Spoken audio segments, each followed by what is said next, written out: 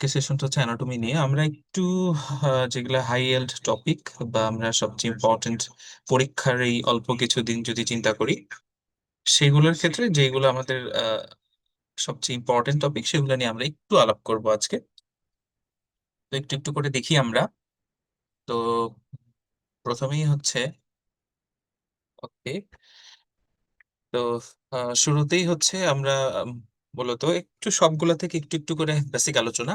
তো রেসিডেন্সি যে প্রশ্নগুলো আসে সবসময় সেগুলা ম্যাক্সিমাম ক্ষেত্রে খুব কমন টপিক থাকে, যেমন দেখা গেছে যে আপনি 50টা বা 60টা টপিক পড়লে ওর থেকে ধরেন 50% বা 25 to 30টার মতো কোশ্চেন সবসময় কমন থাকে, টপিক খুব ক্লোজলি থাকে।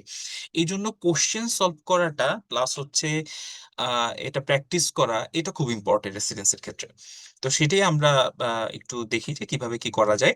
তো ফাংশনস অফ মাইটোকন্ড্রিয়া এটা মনে হয় 2-1 বছর বা 3-4 বছর পর পরই, এক বছর পর পরই সম্ভবত এই প্রশ্নটা আসে হিস্টোলজি থেকে। আমাদের আপনারা জানেন যে সেগমেন্টেড ইয়া থাকে, যে কিছু কোশ্চেন থাকে হিস্টোলজি থেকে, কিছু থাকে এমব্রায়োলজি থেকে, কিছু থাকে জেনারেল অ্যানাটমি থেকে, কিছু আবার প্রত্যেকটা কার্ড থেকে কিছু কিছু অংশ থাকে, এবং অ্যানাটমির কোশ্চেন গুলো ম্যাক্সিমাম ক্ষেত্রে একটু কিছুটা ডিপ হয়, কিছু থাকে সুপারফিশিয়াল, সবাই পারে।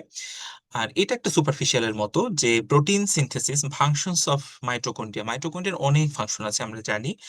তো সে তার মধ্যে আমরা যদি একটা একটা করে ধরি, প্রোটিন সিনথেসিস, তারপরে intracellular transport, energy generation, apoptosis, cellular catabolism, প্রত্যেকটার ক্ষেত্রে আমরা যদি একটা একটা করে বলি প্রোটিন সিনথেসিস একটা রোল আছে তার।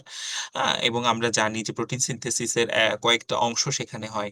হ্যাঁ, এবং ইন্ট্রাসেলুলার ট্রান্সপোর্টেও তার খুব বেশি রোল নাই, সেটা আমরা যদি বলি যে গোলগি অ্যাপারাটাস বা এন্ডোপ্লাজমিক রেটিকুলাম তার রোল আছে। এনার্জি জেনারেশন আমরা জানি এটিপি সিনথেস বা বিভিন্ন এনজাইম, ইলেকট্রন ট্রান্সপোর্ট সিস্টেমে যে এনজাইম গুলো সব মাইটোকন্ড্রিয়ার ভিতরে থাকে।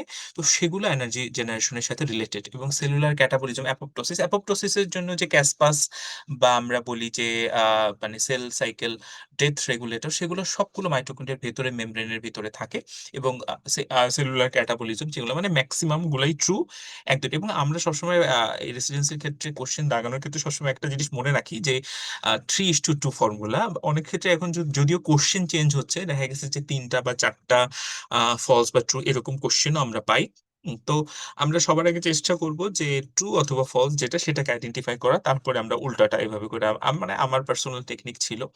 তো আমরা এখানে দেখলাম যে ফাংশনস অফ মাইটোকন্ড্রিয়া, এটাতে আমরা যদি একটু ছবিতে দেখি যে মাইটোকন্ড্রিয়া আমাদের লাস্ট আওয়ার বইটার একটা বিশেষত্ব হচ্ছে, এবং আমরা যারা রেসিডেন্সি করছি বা সামনে আপনারা যাদের সামনে পরীক্ষা দিবেন সবার জন্য একটা ব্লেজিং, কারণ কি জানেন, এই যে প্রত্যেকটা প্রশ্নের এক্সপ্লানেশন, এলাবোরেট এক্সপ্লানেশন, এবং don't forget box, probable stem, এই জিনিসগুলো যে কত মানে গুরুত্বপূর্ণ, এটা যখন আপনারা পরীক্ষা দিবেন বা অ্যাপেয়ার করবেন তখন জিনিসটা আসলে বোঝা যায় যে কত ইম্পর্টেন্ট একটা জিনিস।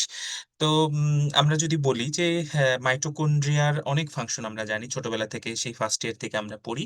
তো সেগুলো একটা একটা করে লেখা হয়েছে যে প্রথম ফাংশন যেটা আমাদের ছিল যে protein synthesis, organelle involved in protein synthesis আর ribosome, rough endoplasmic reticulum and mitochondria, এগুলা প্রোটিন সিনথেসিসের সাথে রিলেটেড। মোস্টলি আমরা রাইবোজোম বলি, বাট বাকি দুইটাও কিন্তু রিলেটেড। এবং এখানে একটা ছবি দেখানোর চেষ্টা করা হয়েছে, এই যে এটা হচ্ছে ইনার মেমব্রেন, মাইটোকন্ড্রিয়ার ইনার মেমব্রেন, এবং এটা হচ্ছে আউটার মেমব্রেন। এবং এই ইনার মেমব্রেনের ভেতরে যে জায়গাটা সেটাকে আমরা সবসময় বলি যে এটাকে ম্যাট্রিক্স, তাই না? এই ম্যাট্রিক্সের মধ্যে অনেক গুরুত্বপূর্ণ জিনিস থাকে, যেমন ধরেন ওই যে ক্যাসপাসের নাম বললাম, সেগুলো হচ্ছে সেটা কি ইয়া হবে কিনা, অ্যাপোপ্টোসিস হবে কিনা সেটা রেগুলেট করে। এটার ভিতরে ইলেকট্রন ট্রান্সপোর্ট সিস্টেমের বিভিন্ন প্রোটিন থাকে, তারপরে ডিঅ্যামিনেশন, অক্সিডেটিভ অ্যামিন, অনেক গুরুত্বপূর্ণ জিনিস থাকে এখানে, অনেক গুরুত্বপূর্ণ ফাংশন। মোদ্দা কথায় এই 3-4টা কথা, এনার্জি জেনারেশনের সাথে সে রিলেটেড, প্রোটিন সিনথেসিসের সাথে সে রিলেটেড, এবং সেলের ডেথ বা এগুলো, এবং আমরা বলি critical player of sell death, আমরা যদি বলি সেটা হচ্ছে মাইটোকন্ড্রিয়া। আমরা যদি একটু প্রসিড করি, এই যে আরেকটা কোশ্চেন, আমরা তাহলে একটু আইডিয়া পাইলাম যে হিস্টোলজি থেকে আপনার অর্গানেলি থেকে প্রত্যেক এরকম মাইটোকন্ড্রিয়া, গোলগি অ্যাপারেটাস প্রত্যেকটা থেকে আপনারা একটু করে জানবেন। মেইন মেইন কাজ এগুলা থেকে প্রায় প্রশ্ন আসে। আর এপিথেলিয়াম থেকে প্রশ্ন মনে করেন হয়নি এরকম কোনো রেসিডেন্সি বা ডিপ্লোমা নাই। তো সেটা আপনার যেকোনো একটা এপিথেলিয়াম হইতে পারে। কারণ এপিথেলিয়াম, লাইনিং এপিথেলিয়াম খুব ইম্পোর্টেন্ট একটা টপিক, এবং আপনি যদি অল্প এফোর্ট দেন, এটা কিন্তু আপনি খুব রপ্ত করতে পারবেন, এবং এইটাকে ব্যবহার করে আপনি কিন্তু প্যাথোলজিতে ব্যবহার করতে পারবেন, এবং আপনি এটা নিওপ্লাজম ব্যবহার করতে পারবেন। এটা আপনি সার্জারিতে ব্যবহার করতে পারবেন। সব জায়গায় কিন্তু এটা কেমন দেখেন, এই যে লাইনিংটা জানলে আপনি মেটাপ্লাসিয়া বুঝতে পারবেন। মেটাপ্লাসিয়া বুঝতে পারলে আপনি ক্যান্সার বুঝতে পারবেন, নিওপ্লাজম যেটা। এটা বুঝতে পারলে আপনি ডিজিজ বুঝতে পারবেন। তার মানে এটা খুব ইম্পোর্টেন্ট একটা জিনিস। স্ট্র্যাটিফাইড স্কোয়ামাস এপিথেলিয়াম আমরা জানি এপিথেলিয়াম ২ রকমের। একটা হচ্ছে সিম্পল আর একটা হচ্ছে স্ট্র্যাটিফাইড। গ্রস হেডিং এ যদি ভাগ করি, তো সেক্ষেত্রে আর স্ট্র্যাটিফাইডটা আবার ২ রকমের। একটা হচ্ছে কেরাটিনাইজড এবং নন কেরাটিনাইজড। এটা কিভাবে বুঝবো? সামনে আমরা ছবি দেখতেছি। ছবিতে আরো ক্লিয়ারলি বোঝা যাবে যে স্ট্র্যাটিফাইড স্কোয়ামাস এপিথেলিয়াম, স্ট্র্যাটিফাইড জিনিসটা কি? সেটা হচ্ছে একটা লেয়ারের উপর আরেকটা লেয়ার থাকে। যেমন একটা সেল আরেকটা এর উপর আরেকটা সেল থাকে। এবং এটা মুখস্থ রাখতে হবে যে কোন, কোন জায়গাগুলো। এখন দেখেন, এটা মনে রাখার একটা সহজ উপায় আছে। যেমন আপনি সহজভাবে চিন্তা করবেন যে যেই জায়গাগুলোতে ঘর্ষণ হয় বা যেই জায়গাগুলোতে ফ্রিকশন সাইট, হ্যাঁ? সেগুলাতে কিন্তু ইউজুয়ালি আমাদের আল্লাহ তাআলা এই স্ট্র্যাটিফাইড ইয়াটা দিয়েছেন। যেমন ধরেন আমরা যদি যেটা মনে করেন অনেক ঘর্ষণ প্রতিনিয়ত আমাদের স্কিনটা অনেক টিয়ার অ্যান্ড ব্রেকডাউন এর মধ্য দিয়ে যায়, সেটা স্ট্র্যাটিফাইড, এবং সেটা শুষ্ক। শুষ্ক থাকলে সেটা কেরাটিনের। সবসময় মনে রাখবেন। আর যদি ময়েস্ট হয় সেটা হচ্ছে নন কেরাটিনাস। সহজ উপায়। যেমন আমরা কত হার্ড জিনিস খাই, পেয়ারা খাই, তারপরে শক্ত কত খাবার খাই, হাড্ডি চিবায় খাই। আমার মুখের এপিথেলিয়ামটা যদি সিম্পল হইতো, স্ট্র্যাটিফাইড না হইতো, তাহলে আমার প্রত্যেকদিন ঘা হয়ে যেত। সেই ব্যারাটিস এফেগাসের মতো হয়ে যেত। এভাবে করে আমরা মনে রাখতাম। তো অনেকগুলো উদাহরণ আছে। প্রত্যেকটা পারপাস আছে। ফাংশন দেখে অ্যানাটমি লাইনিং মনে রাখা যায়। ঠিক আছে? তো স্ট্র্যাটিফাইড স্কোয়ামাস এপিথেলিয়াম কোথায়, কোথায় আছে দেখেন। এখানে ব্রঙ্কাস ফলস। আপনি সবসময় চেষ্টা করবেন আপনাকে খুব কম সময়ের মধ্যে রেসিডেন্সিতে আপনাকে উত্তরগুলোকে আইডেন্টিফাই করতে হবে। ঠিক আছে? এক্ষেত্রে আপনি যেটা করবেন ৫ টা স্টেমই পড়ে ফেলবেন এবং ফলস গুলাকে আইডেন্টিফাই করার চেষ্টা করবেন। হ্যাঁ অথবা না। তারপরে দেখবেন যে ইজি হয়ে গেছে। একটা ফলস আইডেন্টিফাই করলে দেখবেন যে আপনার কোয়েশ্চেনটা ইজি হয়ে গেছে। স্ট্র্যাটিফাইড স্কোয়ামাস এপিথেলিয়াম কোথায় থাকে? ব্রঙ্কাস তো আমরা জানি পুরো রেসপিরেটরি ট্র্যাক্টের লাইনিং হচ্ছে pseudo stratified ciliated columnar epithelium with goblet cell. এটা হচ্ছে রেসপিরেটরি এপিথেলিয়ামের একদম গ্রস। টার্মিনাল ব্রঙ্কিওলের পরে গেলে আস্তে আস্তে একটু চেঞ্জ হয়, কিউবিটাল থেকে এই কলামনার থেকে কিউবিটাল একদম এলভিওলাইতে যে সিম্পল স্কোয়ামাস হয়েছে, সেটা তো জানি। কিন্তু ইন গ্রস যদি আমরা trans conducting system of respiratory part যদি বলি, সেটা হচ্ছে সিম্পল বা pseudo stratified ciliated columnar epithelium. Oesophagus, tongue, এগুলো সবগুলাই ময়েস্ট এরিয়া। এগুলো সবগুলারই হবে non keratinised stratified squamous epithelium. ঠিক আছে? ইউটেরাস, এটাও তো আমরা জানি সিম্পল কলামনার। ভ্যাজাইনা, এটাও ফ্রিকশন সাইট। তো সেক্ষেত্রে এটাও স্ট্র্যাটিফাইড স্কোয়ামাস এপিথেলিয়াম। ঠিক আছে? এবং একটু আমরা দেখি ক্লাসিফিকেশনটা গ্রসলি একটা ছবির মধ্যে। দেখেন আমি শুরুতেই বলেছি এপিথেলিয়ামটাকে গ্রসলি আমরা ২ টা ভাগে ভাগ করি। একটা হচ্ছে সিম্পল, আরেকটা হচ্ছে স্ট্র্যাটিফাইড। এখন সিম্পল কেন, স্ট্র্যাটিফাইড কেন? সিম্পল মানে একটাই লেয়ার। দেখেন এখানে কিন্তু একটাই লেয়ার। ঠিক আছে? আর স্ট্র্যাটিফাইড মানে হচ্ছে মাল্টিপল লেয়ার। আমরা এখন এটা কিভাবে চিনি? আমরা সেল চিনি হচ্ছে মাইক্রোস্কোপের নিচে দেখে। মাইক্রোস্কোপে এখানে দেখবেন একটা নিউক্লিয়াস এরকম, আর এখানে দেখবেন একটার উপরে আরেকটা, একটার উপরে আরেকটা এরকম। তাহলে স্ট্র্যাটিফাইড এই ২ ভাগে ভাগ হয়ে গেল। এরপরে এগুলাকে আবার ভাগ করছে। এটা কি এখন এটা কি ইয়ার মতো, ইটের মতো দেখতে? মানে লম্বা একটু, নাকি এটা ৩ দৈর্ঘ্য প্রস্থ উচ্চতা সমান কিউবয়েডাল যেটা, নাকি এটা আইসের মতো পাতলা? এইভাবে করে সিম্পলকেও ৩ টা ভাগে ভাগ করছে, স্ট্র্যাটিফাইডকেও ৩ টা ভাগে ভাগ করছে। এখানে লেখা হয়েছে সবগুলা। দেখেন সিম্পল স্কোয়ামাস যেটা, সেটা একদম এরকম আইসের মতো। ঠিক আছে? এরকম পাতলা একটা সেল, পাতলা একটা। হ্যাঁ? আবার সিম্পল কিউবয়েডাল দেখেন, এটা হচ্ছে কিউবের মতো। দৈর্ঘ্য, প্রস্থ, উচ্চতা সব সমান। হ্যাঁ? মাঝখানে নিউক্লিয়াসটা থাকবে একদম। আর কলামনারের ক্ষেত্রে হবে একটু লম্বা ইটের মতো। ঠিক আছে? হ্যাঁ? একটু আয়তক্ষেত্র বলি আমরা যদি বলি, যে একটু লম্বা হবে। ঠিক আছে? আর এদিকে নিউক্লিয়াসটা একটু ওভাল শেপ হবে। তো আমরা বলছিলাম যে সেল মেমব্রেন, নিউক্লিয়াস এবং সাইটোপ্লাজমের মধ্যে এটা দেখে আমরা হচ্ছে যেটা বুঝি, একটা হচ্ছে সিম্পল কলামনার সিম্পল নাকি এটা হচ্ছে সিম্পল নাকি স্ট্র্যাটিফাইড, ১ম এ আমরা বুঝবো। তারপরে সেটা আমরা বুঝবো যে এটা কি স্কোয়ামাস নাকি এটা কিউবয়েডাল নাকি এটা কলামনার। ঠিক আছে? আচ্ছা। তো এটা আমরা এভাবে করে ভাগ করব। তো আমরা বলতেছিলাম যে এটা আমরা বোঝার ক্ষেত্রে অনেকগুলো ইম্পর্টেন্স আছে, যেমন এখানে একটা জিনিস আপনারা বুঝবেন, সেটা হচ্ছে সিউডো স্ট্র্যাটিফাইড। সিউডো স্ট্র্যাটিফাইড একটা টার্ম আছে।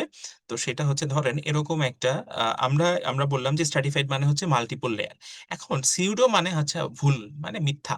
দেখেন এই যে সেলের এই যে নিচের ছবিটা, এটার হচ্ছে নিউক্লিয়াসটা বিভিন্ন জায়গায় বিভিন্ন লেভেলে আছে। এটা দেখেন এই জায়গায় এই জায়গায়, এই জন্য এটাকে মনে হয় যে এটা স্ট্র্যাটিফাইড, কারণ আমরা বলছি যে আমরা নিউক্লিয়াসটা দেখে হচ্ছে সেল চিনি, মানে এটা এপিথেলিয়ামটা চিনি। তো একটা এক এক জায়গায় আমার কাছে উপর থেকে মাইক্রোস্কোপে যখন দেখতেছি আমার কাছে মনে হচ্ছে এটা স্ট্র্যাটিফাইড, কিন্তু আসলে এটা স্ট্র্যাটিফাইড না। আমরা যখন আরো দেখি যে না, একটা বিভিন্ন লেয়ারে বিভিন্ন মানে লোকেশনে সেলটা একটাই, কিন্তু বিভিন্ন জায়গায় নিউক্লিয়াসটা আছে, এই জন্য এটাকে দেখতে মনে হয় এটা আসলে স্ট্র্যাটিফাইড, কিন্তু আসলে এটা স্ট্র্যাটিফাইড না। এই জন্য এটার নাম সিউডো স্ট্র্যাটিফাইড। আমরা জানি এটা লাইনিং হচ্ছে লাংসের, আমরা যদি বলি যে রেসপিরেটরি এপিথেলিয়াম কন্ডাক্টিং পার্টে এটা লাইনিং। তাহলে একটা গ্রস আইডিয়া আমরা পাইলাম যে প্রথমে আমরা ভাগ করি হচ্ছে এটা সিম্পল লেয়ার নাকি মাল্টিপল লেয়ার, তাহলে ভাগ হইলো সিম্পল না স্ট্র্যাটিফাইড। এরপরে আমরা এটার উপরের সবার উপরের যে সেল স্ট্র্যাটিফাইড, তো কমাস না স্ট্র্যাটিফাইড কলাম না না স্ট্র্যাটিফাইড কিউব, এটা কিভাবে বুঝবো? সবার উপরের লেয়ারটা, সবার উপরের লেয়ারটা যদি আইসের মতো পাতলা হয় স্ট্র্যাটিফাইড স্কোয়ামাস, সবার উপরের লেয়ারটা যদি কিউবের মতো দৈর্ঘ্য প্রস্থ উচ্চতা সমান হয় তাহলে সেটা স্ট্র্যাটিফাইড কিউবয়েডাল। সবার উপরের লেয়ারটা যদি এরকম ইটের মতো দেখতে বা কিউব মানে কলামের মতো দেখতে লম্বা লম্বা হয় তাহলে সেটা স্ট্র্যাটিফাইড কলামনার। এইভাবে করে আমরা ভাগ করছি, কাজে এটা বোঝাটা খুব ইম্পর্টেন্ট, তাহলে আপনি খুব সহজে মনে রাখতে পারবেন। ঠিক আছে, আমরা এই জিনিসটা বুঝলাম। এবার একটু প্রসিড করি একটা একটা করে। দেখেন এই কোশ্চেনটা প্রচুর আসে পরীক্ষায়, সিবেসিস গ্ল্যান্ডস আর অ্যাবসেন্ট ইন, এবং এই টপিক একদম যে আমরা জানি পাম এন্ড সোলে থাকে না আমাদের। আমরা বলেছি যে আমাদের ইয়ার শীটের বলে ব্লাস্টারের মধ্যে এই এক্সট্রা ডোন্ট ফরগেট, এটা খুব ব্লেজিং একটা জিনিস। দেখেন আমাদের এরকম অনেক কোশ্চেন আমরা পাইছি যে টপিক কোশ্চেন, দেখেন একটা কোশ্চেন এর আগের বছর আসছে, স্যারদের কিন্তু এত সময় নেই, তারা এই পরবর্তী এর আগের বছরে যে কোশ্চেন আছে সেটার একটা মানে রিজেম্বল করে তারপরে হচ্ছে তারা ওই প্রশ্নটা দিয়ে দেয়। তো কাজেই দেখবেন এরকম অনেক প্রশ্ন আমরা পাইছি যেগুলা এর আগের বছর আসছে, ওই টপিকটা সেম বাট কোশ্চেনটা ডিফারেন্ট, এরকম অনেক প্রশ্ন আমরা পাইছি, এবং সেগুলা আমাদের এই ডোন্ট ফরগেট বক্স প্লাস হচ্ছে প্রবাবল স্টেমের সাথে মিলে গেছে। তাই আছে আপনার ওই যে চারটা অপশন ছিল, এখান থেকে ধরেন এই পাম এক্সেল এগুলো সরায় দিয়ে আরেকটা তারা এখান থেকে আরো দুইটা নিয়ে নিল। ঠিক আছে, ফেস ফর এগুলো অ্যাবান্ডেন্ট থাকে, হ্যাঁ এগুলো ইনফরমেশন গুলো মাঝে মাঝে একটু এলোমেলো হয়। তো দেখেন পাম সোলে থাকে না ফ্লেক্সোরাল সারফেস অফ দ্য ডিজিট, এই তিনটা জায়গায় সিপিসিএস গ্ল্যান্ড থাকে না। আর অ্যাবান্ডেন্ট থাকে যেমন আমরা জানি এক্সিলা, তারপরে হচ্ছে তারপরে হচ্ছে নস্ট্রিল ভালভা, হ্যাঁ যেখানে একটু দুর্গন্ধ বেশি হয়। হ্যাঁ, তো এই জায়গাগুলোতে সেবাসিয়াস গ্ল্যান্ড গুলো একটু বেশি থাকে, এবং অ্যাপোক্রাইন সোয়েট গ্ল্যান্ডও থাকে ওইদিকে ইউজুয়ালি বেশি, যেখানে যেখানে সেবাসিয়াস গ্ল্যান্ড থাকে। সেটা নিয়ে পরের আলাপ, কিন্তু এগুলা আমরা একটু মনে রাখবো। এবং এখন যেহেতু শর্ট টাইম আমাদের প্রস্তুতিটা হবে এরকম যে পরীক্ষা ওরিয়েন্টেড, হ্যাঁ, এবং মোস্ট ইম্পর্টেন্ট টপিকগুলো আগে, মোস্ট ইম্পর্টেন্ট টপিক পরে যদি সময় থাকে তখন আমরা পরবর্তী টপিকগুলোতে পড়বো। তো ইলাস্টিক ফাইবার এটাও আরেকটা খুব পেইড কোশ্চেন, তিনটা ইয়া থেকে আসে। তো এলাস্টিক ফাইবারের আমরা জানি কন্টেন্ট গুলো কোথায় থাকে। একটা জিনিস সবসময় কনফিউশন হয়, এলাস্টিক কার্টিলেজ কোথায় নাকি স্টাইলিক এলাস্টিক, একটু খেয়াল করবেন। এলাস্টিক ফাইবার এটা হচ্ছে কানেকটিভ টিস্যু ফাইবার, ঠিক আছে, collagen fibre, elastic fibre, reticular fibre, আমরা জানি তিনটা ফাইবার ক্রসলি আমরা জানি। তো এই ফাইবার গুলা কিন্তু এলাস্টিক কার্টিলেজ কিন্তু একটা কার্টিলেজ, তাই না? কার্টিলেজ আবার তিন রকমের আছে আমরা জানি, hyaline cartilage, fibro cartilage, elastic cartilage. তো এই জিনিসটা একটু অনেক সময় কনফিউশন হয়, ফাইবার কোথায় আর তখন ওই জিনিসগুলা। হ্যাঁ, এলাস্টিক ফাইবার কোথায় কোথায় আছে দেখেন, এলাস্টিক ফাইবার যে যেগুলাতে থাকবে সেগুলা হচ্ছে একটু মানে আমরা বলি যে কম্প্রেসিবল বা পালসেটাইল অর্গান যেগুলা, বা যেগুলা হচ্ছে মানে ফ্রিকুয়েন্টলি কন্ট্রাক্ট করতে হয়, রিল্যাক্স করতে হয়, যেমন লাংস কন্টিনিউয়াসলি তাকে এক্সপানশন করতে হয়, রিল্যাক্স করতে হয়, কন্ট্রাক্ট করতে হয়, যেগুলা সেগুলাতে দেখবেন, যেমন ব্লাডার গুলা, গল ব্লাডার, এভাবে করে সহজ করে মনে রাখবেন, গল ব্লাডার, ইউরিনারি ব্লাডার, যত ব্লাডার আছে সবগুলো ইলাস্টিক ফাইবার থাকবে। যেগুলো এলাস্টিক, এলাস্টিক জিনিসগুলো যে প্লাস্টিক না সেরকম বাড়লে কমে কমলে বাড়ে এরকম আর কি, সেগুলোতে এলাস্টিক ফাইবার অ্যাবান্ডেন্ট থাকে। তো যেমন এপিগ্লটিস, হ্যাঁ এলাস্টিক কার্টিলেজ, আবার এলাস্টিক কার্টিলেজ নামই তো ওইটা এলাস্টিক কার্টিলেজ, তার মানে এলাস্টিক কার্টিলেজ যেখানে যেখানে থাকবে এলাস্টিক ফাইবারও সেখানে সেখানে থাকবে। এটা খুব সহজ, তাই না? কারণ নামই তো এলাস্টিক কার্টিলেজ, এলাস্টিক কার্টিলেজ কেন নাম? কারণ এলাস্টিক ফাইবার অ্যাবান্ডেন্ট থাকে। তাহলে এলাস্টিক কার্টিলেজ যেখানে যেখানে আছে তাহলে এলাস্টিক ফাইবারও সেখানে আছে, যেমন এপিগ্লটিস। এই যে এখানে একটা উদাহরণ আছে এপিগ্লটিস, ঠিক আছে, এই যে এপিগ্লটিস, এপিগ্লটিস যেহেতু একটা কি আমরা এলাস্টিক কার্টিলেজ আমরা জানি যে ফোকাল কর্ডের এই যে এরকম একটা থাকে, সেই এপিগ্লটিসটা হচ্ছে এলাস্টিক কার্টিলেজ। ইলাস্টিক কার্টিলেজ, তাহলে ইলাস্টিক ফাইবারটা হচ্ছে অ্যাবান্ডেন্ট।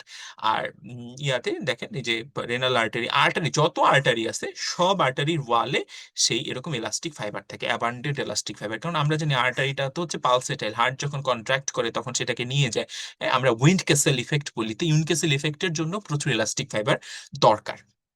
আচ্ছা গেল এটা। ঠিক আছে, এটা আমরা আমাদের যে এক্সপ্লানেশন বা আমাদের ডোন্ট ফরগেট বক্স সেখানে আমরা দিয়ে দিয়েছি ইলাস্টিক ফাইবার গুলো কোথায় কোথায় আছে। যেমন এখানে আছে লিগামেন্টাম নুকি, তারপর হচ্ছে লিগামেন্টাম ফ্লাবা। আমরা জানি যে দুইটা ভার্টিব্রার মাঝখানে এটা থাকে, হ্যাঁ, দুইটা ল্যামিনার মাঝখানে লিগামেন্টাম ফ্লাবা থাকে, নেকের এইদিকে লিগামেন্টাম নুকি থাকে। ঠিক আছে, তারপর ইন্টারনাল ইলাস্টিক ল্যামিনা, হ্যাঁ, আমরা বলেছি আর্টারির ওয়ালে থাকে elastic fibre. Stroma of the lung, ঠিক আছে, আমরা জানি প্রত্যেকটা অর্গানে দুইটা স্ট্রাকচার থাকে, একটা স্ট্রোমা একটা প্যারেনকাইম। স্ট্রোমা হচ্ছে যেটা সাপোর্টিং পার্ট, আর প্যারেনকাইম হচ্ছে মেইন অর্গানটা। তো স্ট্রোমা হচ্ছে সাপোর্টিং, ওইখানে প্রচুর লাংসে আমরা জানি যে লাংস কন্টিনিউয়াসলি এক্সপানশন করে, তো সেই ক্ষেত্রে তার স্ট্রোমার মধ্যে প্রচুর ইলাস্টিক ফাইবার থাকে। ইন্টারঅ্যালভিউলার সেপ্টা, ভোকাল কর্ডস অফ এপিগ্লটিস, এগুলো হচ্ছে কমন সাইট, এগুলো মুখস্থ জিনিস, এগুলো থেকে বারে বারে পরীক্ষা প্রশ্ন আসে। তো এখানে দেখেন স্কেলেটাল মাসেল, এটা আরেকটা গ্রস কোশ্চেন, যে স্কেলেটাল মাসেল একটা জিনিস খুব পরীক্ষায় প্রশ্ন আসে, এপিমাইসিয়াম, এন্ডোমাইসিয়াম, পেরিমাইসিয়াম, এই জিনিসটা একটু কনসেপ্টটা ক্লিয়ার করবো, যে এটাও হাই হেলথ টপিক একটা। স্কেলেটাল মাসেল যে কোনো একটা মাসেল থেকে প্রশ্ন আসে, ঠিক আছে। হিস্টোলজির মানে বেসিক টিস্যু প্রত্যেকটা থেকে একটা একটা করে, ইউজুয়ালি সাধারণত দেখবেন যে হিসাব যদি মিলান দেখবেন প্রত্যেকটা ইয়া থেকে একটা একটা করে কোশ্চেন আসে। এপিথেলিয়াল টিস্যু একটার বেশিও আসে, মাঝে মাঝে একটা করেই আসে, মাঝে মাঝে বেশিও আসে। ইলাস্টিক মানে চারটা বেসিক টিস্যু, স্কেল মাসেল একটা বেসিক টিস্যু, এখান থেকে একটা প্রশ্ন আসে। আমরা স্কেলেটাল মাসেল থেকে যে প্রশ্নটা সেটা একটা নিলাম, দেখি fibres attach to their neighbours by the endomysium. এখন এন্ডোমাইসিয়াম কি পেরিমাইসিয়াম কি, প্রত্যেকটা মাসেল ফাইবার এন্ডোমাইসিয়াম দিয়ে কাভার্ড। গ্রুপ অফ মাসেল যেটাকে আমরা মাসেল ইয়া বলি, ফ্যাসিকুলি বলি, সেটা আবার, হ্যাঁ, পেরিমাইসিয়াম দিয়ে কাভার। আর পুরো মাসেলটা সেটা হচ্ছে এপিমাইসিয়াম। তাহলে এন্ডোর বাইরে পেরি, পেরির বাইরে এপি, এভাবে করে মনে রাখবেন। মানে প্রত্যেকটা মাসেল, এটা নার্ভের ক্ষেত্রে প্রযোজ্য, প্রত্যেকটা নার্ভ ফাইবার এন্ডোনিউরিয়াম দিয়ে আটকানো, মানে কাভারিং, মানে মাইসিয়াম বা এগুলো তো কাভারিং এর নাম, তাই না। এন্ডোমাইসিয়াম মানে প্রত্যেকটা মাসেল ফাইবার ওইটার কাভারিং। আর গ্রুপ অফ মাসেলের কাভারিং সেটা হচ্ছে পেরিমাইসিয়াম।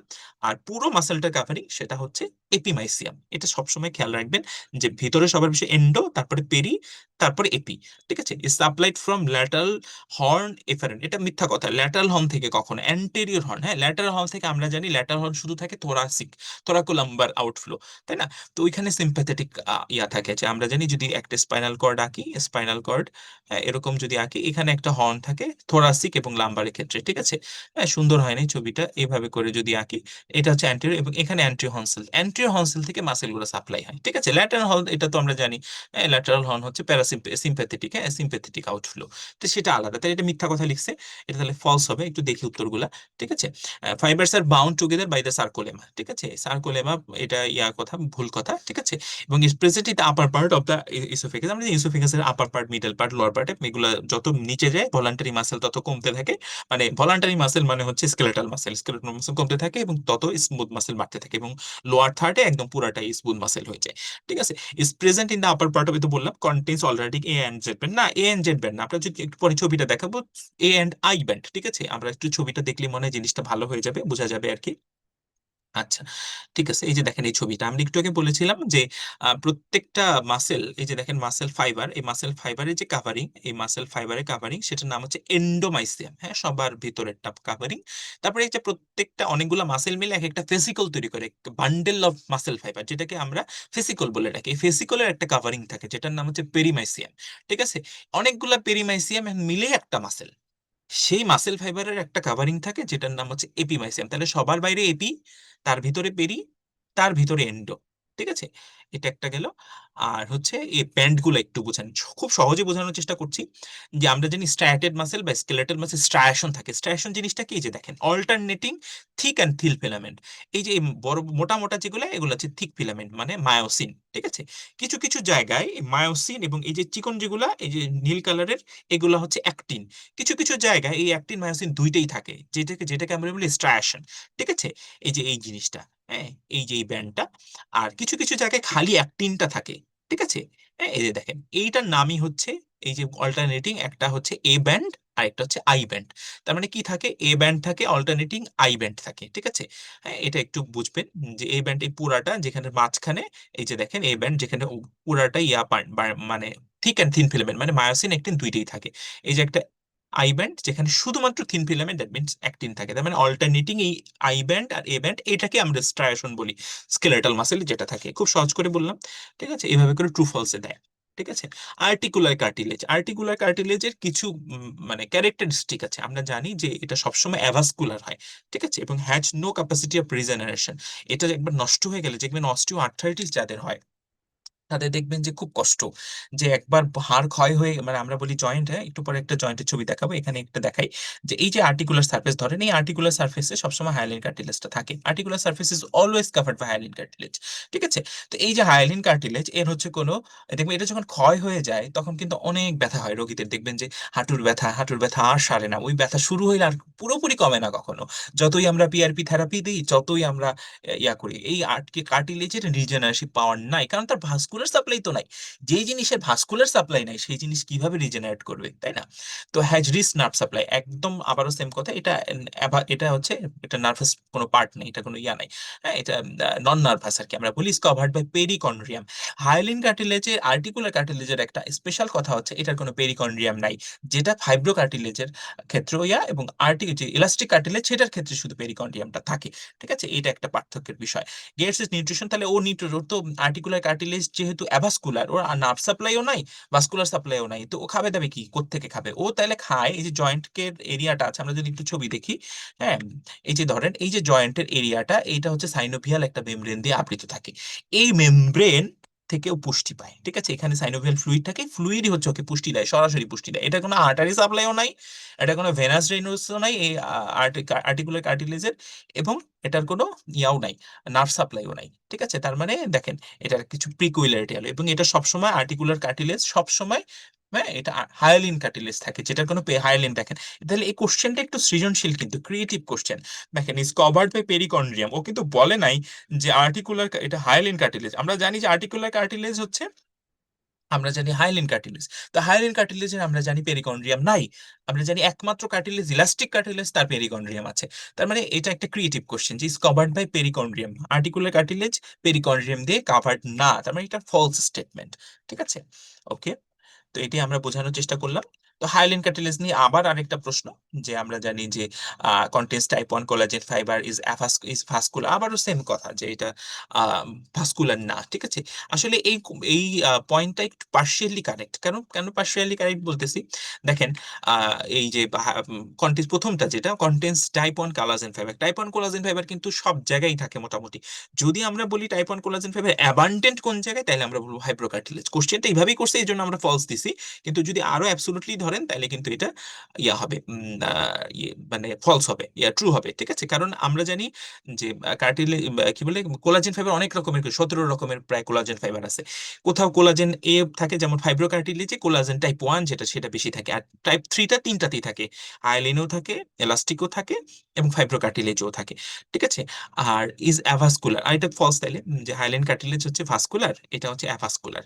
ঠিক আছে, cover articular surfaces of bones, তো এটা তো খুবই সোজা, forms epiphyseal plate in growing plate, খুবই সোজা কথা। Is found in costal cartilage, হ্যাঁ কোস্টাল কার্টিলেজ সবসময় সেটা হায়ালিন কার্টিলেজ, রিবস কেসের মধ্যে যেটা থাকে সেগুলোর এক্সপ্লানেশন সেখানে দেওয়া হয়েছে। দেখেন এই যে এখানে টাইপ 2 কোলাজেন, যেটা টাইপ 2 কোলাজেন, তারপরে অ্যাগ্রিকান, এগুলো থেকে অ্যাভাস্কুলার, নন নার্ভাস, এলাস্টিক, হ্যাঁ, এবং এগুলোর এক্সপ্লানেশন প্রত্যেকটা দেওয়া হয়েছে। তো সেগুলাই দেওয়া হলো। আচ্ছা, এবার একটু এমব্রায়োলজিতে আমরা আসি। এমব্রায়োলজিতে আপনারা একটু ভাগ করে পড়বেন, এমব্রায়োলজি উইক গুলা খুব প্রথমে ভালো করে পড়বেন। কিছু কিছু টপিক আছে খুবই শর্ট, কিন্তু এগুলো থেকে যেমন নিউরাল ক্রেস্টের ডিরাইভেটিভ, এগুলো একটা মুখস্থ করবেন। তারপরে জার্ম লেয়ারের ডিরাইভেটিভ, হ্যাঁ, এগুলো থেকে ফ্রিকোয়েন্টলি কোশ্চেন আসে, পারলে পুরোটাই পড়বেন। তারপরে উইক অফ টু, কেন উইক অফ টু বলা হয়, উইক অফ টুতে কি ঘটনা ঘটে, আর ফার্টিলাইজেশন, এই ওভুলেশন, এই 4-5টা টপিক থেকে কিছু যে প্রশ্নগুলো আসছে সেগুলো একটু আপনারা আম, একটু দেখবেন, যে event occur in the second week of development, আমরা সেকেন্ড উইককে বলি উইক অফ টু। তো উইক অফ টু কেন বলি, তো দেখেন এখানে আমরা বলি যে দুইটা, একটু ছবি দেখে মনে হয় বাকি পয়েন্টগুলো একটু একবার ইয়াগুলো পড়ে ফেলি, যে ফরমেশন অফ সাইটোট্রোপ্লাস্ট ইন সাইটোট্রোপ্লাস্ট, এখানে কি হয়, ট্রোফোপ্লাস্ট দুই ভাগে ভাগ হয়, জার্ম লেয়ারও দুইটা, ক্যাভিটিও দুইটা। হ্যাঁ, তারপর আমরা সামনেও দেখবো ছবির মধ্যে। তারপরে দেখেন এখানে ইয়াগুলো বলছে, ফরমেশন অফ জার্ম লেয়ার্স, হ্যাঁ। এটা ইয়াটা হচ্ছে, এটা হচ্ছে থ্রি জার্ম লেয়ার। মূলত গ্যাস্ট্রুলেশন বলতে আমরা জার্ম লেয়ার গুলা যেটা আমরা বলি যে এপিপ্লাস্ট, হাইপোপ্লাস্ট, এন্ডোপ্লাস্ট, এই তিনটা আর কি, এপিডার্মিস, মেসোডার্ম আর হচ্ছে এন্ডোডার্ম, এই তিনটা জার্ম লেয়ার। এটা হচ্ছে থার্ড উইকে মূলত হয়, হ্যাঁ। তিনটা জার্ম লেয়ার থার্ড উইক, এভাবে মনে রাখবেন, ঠিক আছে। এটা গ্যাস্ট্রুলেশন বলি, এটা থার্ড উইক, এটা সেকেন্ড উইকে ঘটে না। তার মানে 1 নম্বর পয়েন্টটা হচ্ছে ফলস, এটা কাটা, ঠিক আছে। ফর্মেশন অফ সাইটোট্রোফোব্লাস্ট এন্ড সিনসাইটোট্রোফোব্লাস্ট, হ্যাঁ অবশ্যই, কারণ ইভেন্ট অফ এটাতে টু হয়। আমরা বলছি যে উইক অফ টু বলে, এটা হচ্ছে ট্রোফোপ্লাস্ট। ট্রোফোপ্লাস্ট থেকে দুইটা হয়, ভেতরের দিকে সাইটোট্রোফোপ্লাস্ট আর এর বাইরের দিকে সিনসাইটোট্রোফোপ্লাস্ট। সিনসাইটোট্রোফোপ্লাস্ট কেন, এটাও বলতেছি কেন, দেখতে এটাকে নাম কেন সিনসাইসিও। এবং starting of craniocaudal and lateral folding, না এরকম ফোল্ডিং এখনো ইয়াই হয় নাই, সেখানে আবার কিসের ফোল্ডিং টোল্ডিং হবে, এমব্রাও আগে হয়ে নিক। ব্লাড ফিল্ড ট্রোফোপ্লাস্টিক ল্যাকুনা, হ্যাঁ কিছুটা ল্যাকুনাইতে, ল্যাকুনা কি সেগুলো আমরা দেখবো ছবিতে। Formation of secondary yolk sac, হ্যাঁ সেটাও ট্রু। দেখি এবার আমরা ছবির মধ্যে দেখেন, এটা হচ্ছে উইক 2 এর একটা এমব্রায়োর ছবি। দেখেন ক্যাভিটি দুইটা, এটা এটা হচ্ছে ভিতরের ক্যাভিটি যেটা অ্যামনিওটিক ক্যাভিটি, আর এটা হচ্ছে ইয়ক স্যাক যেটা আমরা প্রিমিটিভ ইয়ক স্যাক নামে, একটু পরে এটা দুই ভাগ হয়ে যাবে, ঠিক আছে। সেটা সেকেন্ডারি ইয়ক স্যাক, এটা দুই ভাগ হয়ে সেটা একটু পরের ঘটনা। আর এইটা হচ্ছে সেই সাইটোট্রোফোব্লাস্ট সিনসাইটো। সিনসাইটো কেন নাম, দেখেন এখানে দেখেন সাইটোট্রোফোব্লাস্ট, এই দুইটাই ট্রোফোব্লাস্ট, কিন্তু এটা হচ্ছে আলাদা। দেখেন এটার মধ্যে কোনো সেল মার্জিন গুলো বোঝা যায়, কিন্তু এখানে কোনো সেল মার্জিন নাই। এই যে পুরাটা একটা সিনসাইশিয়াম হয়ে গেছে, সিনসাইশিয়াম মানে একটা ইউনিট হয়ে গেছে, আমরা বলি না কার্ডিয়াক সিনসাইশিয়াম, সেরকম দেখেন এটা পুরাটা একটা, কোনো সেল বাউন্ডারি নাই, পুরাটা একটা ইউনিট হয়ে গেছে। এই জন্য এটার নাম হচ্ছে সিনসাইশিও ট্রোফোব্লাস্ট, ঠিক আছে। এটার মধ্যে কিছু কিছু ক্যাভিটি তৈরি হয় যেগুলোর নাম ল্যাকুনা, যেগুলোর মধ্যে ব্লাড কালেক্ট করা শুরু হয় সেকেন্ড উইকে শুরু হয়ে যায়, থার্ড উইকে, ফোর্থ উইকে, পরে ফোর্থ উইকের শেষে তো আমরা মোটামুটি এই মানে 12 উইকের দিকে প্লাসেন্টা কমপ্লিট হয়ে যায়। ফোর্থ উইক থেকে মোটামুটি প্লাসেন্টা ডেভেলপমেন্ট শুরু হয়ে 12 উইকেতে পুরো ফর্মেশন হয়ে যায়, ঠিক আছে। তাহলে এখানে উইক অফ 2 তে কি ঘটনা ঘটে, এই এমব্রায়ো যেটা ছিল সেটা দুইটা জার্ম লেয়ার হয়, একটার নাম হচ্ছে এপি আর একটা হচ্ছে হাইপো। এপিব্লাস্ট এটা লম্বা লম্বা গুলো, আর হাইপোব্লাস্ট হচ্ছে কিউবয়েডাল শেপের শেপগুলো। আর ক্যাভিটিও দুইটা হয়, একটা অ্যামনিওটিক ক্যাভিটি, এটার ভিতরে অ্যামনিওটিক মেমব্রেন কভার করে থাকে, আর এটা হচ্ছে সেই আমার প্রিমিটিভ ইয়ক স্যাক। একটু পরে এটা দুই ভাগ হয়ে যাবে, সেটা আমরা দেখবো পরে, সেটা এমব্রায়োলজির ক্ষেত্রে। তাহলে এটা হচ্ছে উইক অফ 2 এর ঘটনা। তাহলে দুইটা জার্ম লেয়ার, দুইটা ক্যাভিটি এবং দুইটা ট্রফোপ্লাস্ট, ঠিক আছে। এই কারণে এটাকে বলা হয় উইক অফ 2, ঠিক আছে। ডেরিভেটিভ অফ নিউমেরিক্যাল সেল, এটা খুবই হাই টপিক। আপনারা যদি এমব্রায়োলজি থেকে একটা জিনিস পড়েন তাহলে এই বক্সটা ল্যাংম্যান থেকে পড়ে যাবেন, বা আমাদের শীটে যেটা আছে সেখান থেকে, অথবা লাস্ট ইয়ারের মধ্যে আছে নিউরাল ক্লাস্টার ডেরিভেটিভ একটা বক্স আছে, সেই বক্সটা একটু দেখে যাবেন, একদম ঠোঁটস্থ মুখস্থ। এবং এই যে 15-16টা পয়েন্ট আছে এখান থেকে প্রায় প্রশ্ন আসে, তো এটা সবাই ভালো করে, আমি জানি অনেকেরই মুখস্থ আছে। তো দেখেন কি কি জিনিস আসে এখান থেকে, আমরা যদি একটু দেখি। এই যে আমাদের বক্স আছে, এই যে দেখেন connective tissue bones of the face and skull, এটা হচ্ছে নিউরাল ক্রেস্ট ডেরিভেটিভ, ঠিক আছে। ক্রেনিয়াল নার্ভ গ্যাংলিয়া, এটা আরেকটু ভালো করে বললে সেটা ভালো হতো, প্যারাসিম্পেথেটিক আর প্যারাসিম্পেথেটিক গ্যাংলিয়া, এগুলা হচ্ছে ক্রেনিয়াল নার্ভ ইয়া থেকে আসে। যেমন 3, 7, 9, 10 এগুলোর গ্যাংলিয়া গুলা সবগুলা আসে হচ্ছে এই নিউরাল ক্রেস্ট থেকে, এটা বললে আরো ভালো হতো। C cell of thyroid gland, যেটা আমরা melatonin, sorry, yeah medullary cell carcinoma হয়, যেটার কারণে সি সেল থেকে ইয়া হয়, ক্যালসিটোনিন যেখান থেকে রিলিজ হয়, সি সেল আমরা বলি থাইরয়েড গ্ল্যান্ডের, ঠিক আছে। তো সেই সি সেলও কিন্তু নিউরাল ক্রেস্ট থেকে আসে, ডিরাইভেটিভ এটা, হ্যাঁ। তারপরে conotruncal septum in the heart, odontoblast, dermis in face and neck, spinal dorsal root ganglia. Ganglia মোটামুটি যা আছে পেরিফেরাল নার্ভাস সিস্টেমে ম্যাক্সিমামই হচ্ছে নিউরাল ক্রেস্ট ডিরাইভেটিভ, এটা সহজ করে মনে রাখবেন। তারপরে যে সিম্প্যাথেটিক চেইন, প্যারায়োটিক গ্যাংলিয়া, সবগুলোই neural crest derivative, adrenal medulla, Schwann cell, glial cell, meninges, হ্যাঁ, মেলানোসাইট, এগুলো সব একটা বড় লিস্ট আছে, এটা সবাই মুখস্থ করুন। ছন্দ আছে অনেক রকমের, এক একজনে এক একভাবে মনে রাখেন, যে যার যেভাবে সুবিধা মনে রাখবেন, হ্যাঁ, এভাবে করে। Structure at the level of the sternal angle, এটা খুবই সহজ একটা প্রশ্ন, আমরা অ্যানাটমি যখন পড়তাম ফার্স্ট ইয়ারে তখনকার একটা কোশ্চেন, যে স্টার্নাল অ্যাঙ্গেলটা কি, আমরা অ্যাঙ্গেল অফ লুইস এটাকে আমরা বিভিন্ন নামে ডাকি। তো সেই লেভেলে কি কি স্ট্রাকচার থাকে, প্রায় 10টার মতো স্ট্রাকচার আছে, হ্যাঁ। কি কি থাকে দেখেন, বডি অফ দ্য T4, হ্যাঁ, lower border of the T4 vertebra, bifurcation of the pulmonary tract, আর একটু নিচে এটা থাকে। আপার মার্জিন, হ্যাঁ, upper margin inferior vena cava কেন হবে এটা, ঠিক আছে, হ্যাঁ, আপার মার্জিন, আর সুপিরিয়র ভেনা কাভা হচ্ছে আপার লোয়ার মার্জিন, ঠিক আছে, এইভাবে করে। Beginning and ending of the, হ্যাঁ অবশ্যই সত্য, ক্যারিনা অফ দ্য ট্রাকিয়া, ঠিক আছে। ক্যারিনা হচ্ছে বাইফার্কেশন, যে ইয়াটা হয় সেটাকে আমরা ক্যারিনা নামে ডাকি, যে দুই ভাগ হয়, হ্যাঁ, সেটা এই যে বাইফার্কেশন অফ ট্রাকিয়া, এই অ্যাঙ্গেলটাকে বলা হয় ক্যারিনা, ঠিক আছে। এখানে এটা অ্যাঙ্গেল অফ লুইস বরাবর হয়, ঠিক আছে। তো structure at the level of the sternal angle, আমরা দেখি আরো কিছু স্ট্রাকচার আছে এখানের মধ্যে, আমরা লেখার চেষ্টা করছি। এটা হচ্ছে স্টার্নাল অ্যাঙ্গেল, এই যে মেনোব্রিয়াম এবং স্টার্নের মাঝখানে, সামনে আর পিছনে হচ্ছে L4, মানে সরি T4 যে ইয়াটা ভার্টিব্রা তার লোয়ার বর্ডার একটা লাইন টানলে, ইমাজিনারি লাইন টানলে যে অ্যাঙ্গেলটা হয় বা যে লাইনটা হয় সেটা হচ্ছে এই অ্যাঙ্গেল অফ লুইস। ঠিক আছে, এই বরাবর কি কি স্ট্রাকচার থাকে এখানে লেখা হয়েছে। এখানে অ্যাওরটা শুরু হয়, অ্যাওরটা কার্ভ নেয়, ঠিক আছে, অ্যাসেন্ডিং অ্যাওরটা শেষ হয় এবং ডিসেন্ডিং অ্যাওরটা শুরু হয়।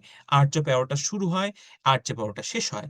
ট্রাকিয়াটা বাইফার্কেট করে, তারপর থোরাসিক ট্র্যাক্ট লেফট থেকে রাইটে যায়। হ্যাঁ, তারপরে এই যে upper border of the heart as against penny যেটা বলা হয়েছে।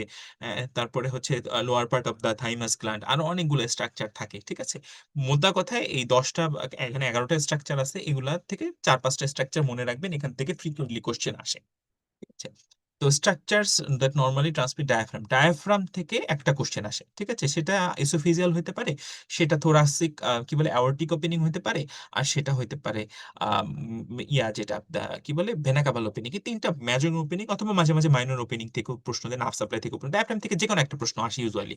ঠিক আছে, structures that normally transmit the diaphragm through the oesophageal, oesophageal opening এ কি কি আমাদের পাস করে এখানে লেখা হয়েছে। সেখানে যে anterior vagal tract, anterior posterior vagal tract দুইটাই যায় আসলে। ঠিক আছে, ভেগাল ট্র্যাক্ট পুরোটাই যায়। অ্যাওরটা কেন এসোফেজিয়াল ওপেনিং দিয়ে কেন অ্যাওরটা যাবে, এটা ফলস। অ্যাজাইগাস ভেন কেন যাবে, এটাও অ্যাওরটিক ওপেনিং দিয়ে যায়। পোস্টেরিয়র ভেগাল ট্র্যাক্ট, হ্যাঁ দুইটাই যায়, আমরা বললাম। থোরাসিক ডাক্ট, এই বি বি সি এবং ডি এই তিনটাই হচ্ছে কোথায় কোন দিকে যায়, এটা হচ্ছে অ্যাওরটিক ওপেনিং এর কন্টেন্ট। তার মানে ট্রু হচ্ছে এ অ্যান্ড ডি, ভ্যাগাল ট্রাঙ্কটা যায়, ইসোফেগাসটা যায়।